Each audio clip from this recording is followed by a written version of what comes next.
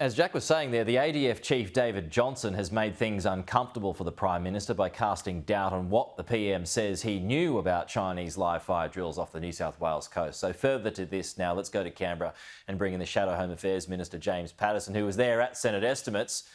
So timings, not just timings, James, but advanced warnings or no notice, as Jack pointed out there, when the Prime Minister said there was, now hotly disputed. Is it just fair to say our security weakness has been exposed here and China are playing us off as mugs? Not just hotly disputed, Pete, flatly contradicted. The Prime Minister must apologise to the Australian people today for repeatedly misleading them about the activities of the People's Liberation Army Navy in the Tasman Sea. He says they gave notice. He didn't just say that once, he didn't say that twice. He said multiple times now they gave notice. The Chief of the Defence Force, Admiral Johnston, said there was no notice, and in fact we only found out about these exercises after they started. Secondly, the Prime Minister has said that notification arrived from our New Zealand colleagues at the New Zealand Defence Force and Virgin Australia at about the same time. Well, that's another false statement. In fact, this report came from Virgin Australia well before our New Zealand colleagues. It was reported at 9:58 a.m. to Air Services Australia, who then referred it to Defence. It wasn't until 11:01 that a report first came into Australia from the New Zealand Defence Force. So on two grounds, the Prime Minister has misled Australians. He needs to front up. He needs to apologise today. So when this happened, James, what should have been done? Well, I've got a range of concerns about the management of this issue. I do not understand, given that Admiral Johnston told us that the ADF had sufficient assets to provide coverage and surveillance of this, why the Australian Defence Force didn't have constant surveillance, why we chose to hand this off to our New Zealand counterparts. Because Admiral Johnston admitted that the consequence of handing it off to the New Zealanders was delayed notification of this issue. That's one of the first issues.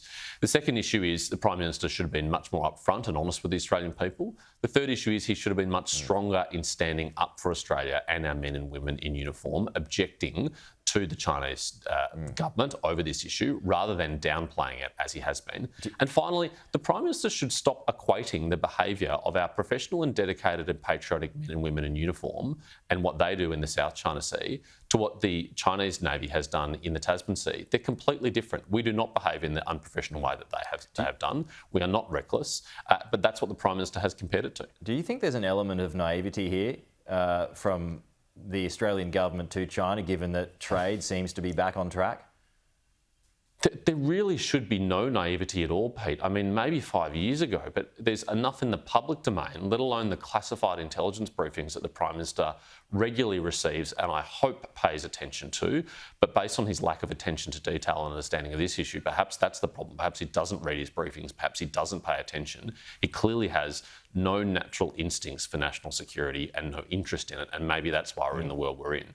But for him to downplay the seriousness of what they do and for him to equate it to what we do in international waters, we give 24 to 48 hours notice. We do not exercise under live flight paths. We do not require commercial airliners to divert traffic at last minute to protect their passengers on board. These are all things that the Chinese Navy has done in our waters, and that comparison is a slur on the professionalism of the men and women of the ADF.